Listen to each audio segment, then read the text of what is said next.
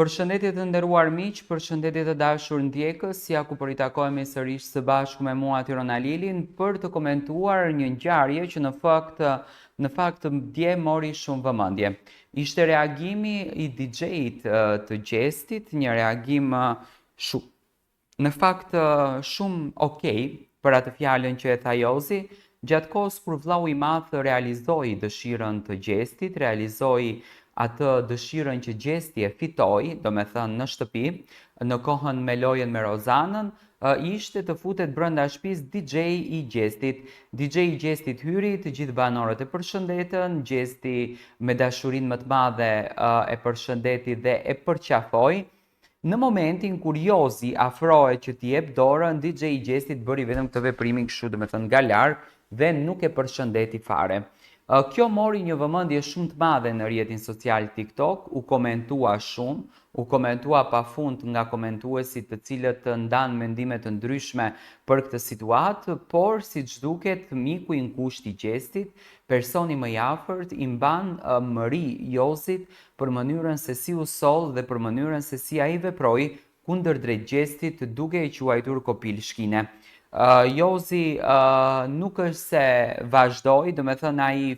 ul që të hanë bukë, banorët në asnjë mënyrë nuk e respektuan DJ-in të Gjestit, ja kthyen shpinën dhe të gjithë po darkonin. Duke bërë një lloj krahasimi nga artistët të cilët kanë qenë brenda në shtëpinë e Big Brotherit, banorët gjithmonë i kanë respektuar, kanë vallëzuar, kanë krijuar atmosferë, kanë bërë namin duke bërë qef, por në këtë rast, në mes të miqve, në mes të një surprize që Gjesti duheshte ta realizon brenda kësaj shtëpie, banorët nuk e respektuan, banorët i kthyen shpinën Gjestit, banorët filluan që të hanë bukë dhe asnjëri nuk vallëzoi me DJ-in e Gjestit. Vetëm 20 minuta muzikë, vetëm 20 minuta ambient, për herë të parë, vllau i madh e ndalon muzikën dhe përfundon mbrëmjen. Mbrëmja përfundoi shumë shpejt, do me thënë nuk ka qenë as 20 minuta, DJ i Gjestit bëri shumë pak muzikë dhe u largua dhe ai e pa që një lloj padrejtësie ju bë Gjestit dhe një lloj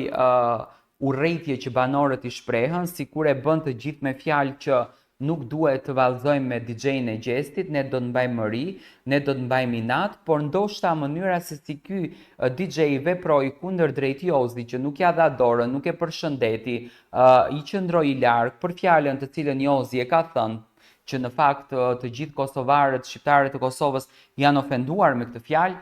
siç duket produksioni e dënoi në një farë mënyrë DJ-in e Gjestit, edhe i dha një lloj dënese. Kjo e bëri atë që të jetë pak më i paqëndrueshëm në këtë mes, edhe Gjesti që u mërzit shumë me produksionin, që tha si mundet të ndaloni muzikën, pse e bëni këtë gjë, ne keni sill njeriu nga Kosova vetëm për 10 minuta, ku banorët nuk vallëzuan as pak dhe nuk e respektuan.